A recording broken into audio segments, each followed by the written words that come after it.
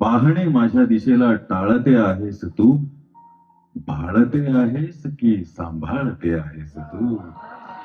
पाहणे माझ्या दिशेला टाळते आहेस तू, मी नियम पाळून आहे शेर लिहिलेला जरी.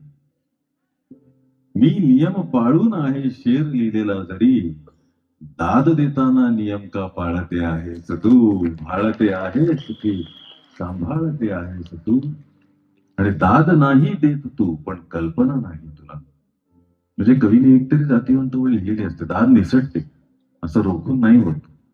कधी कधी अंधारात सुद्धा डोळ्यात चमकलेल्या अश्रूमधून दाद दिसते. एक ना एक ओळ अशी. सुरेश भट म्हणाले होते की जीवनाची सर्व पाने काय सोनेरीच होती, सारखी तेजाळणारी ओळ एखादीच होती. तशी दाद देत नाही तरी सुद्धा. दाद नाही देत तू, पण कल्पना नाही तुला. मोगरा म्हणताच मी गंधाळते आहेस तू, भाळते आहेस की सांभाळते आहेस तू. स्टेजवर मी शोधतो आहे गरम पाणी जरा. डिस्क्लेमर की स्टेजवर पाणीच असतं बुवा असं. विचारतात लोक, तुम्ही आधीमध्ये ते पाण्यासारखं पिता ते काय असतं? गावाचं नाव सांगत नाही, पण जस्ट म्हणजे स्टेजवर मी शोधतो आहे गरम पाणी जरा. सातव्या रांगेत का वाफाळते आहेस तू, भाळते आहेस की सांभाळते आहेस तू. वा. आणि कधी कधी एखादा बारीक शेर निघून जातो बघा, नाजूक असतो की पाहिल्याना पाहिल्यागत पाहणे आधी तुझे.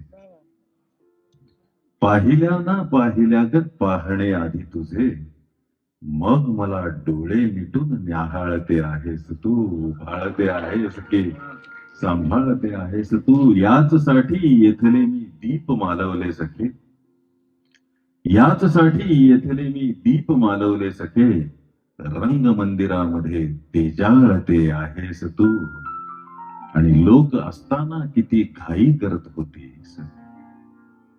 लोक असताना किती घाई करत होतीस अन लोक गेल्यावर किती रेंगाळते आहेस तू, भाळते आहेस की सांभाळते आहेस.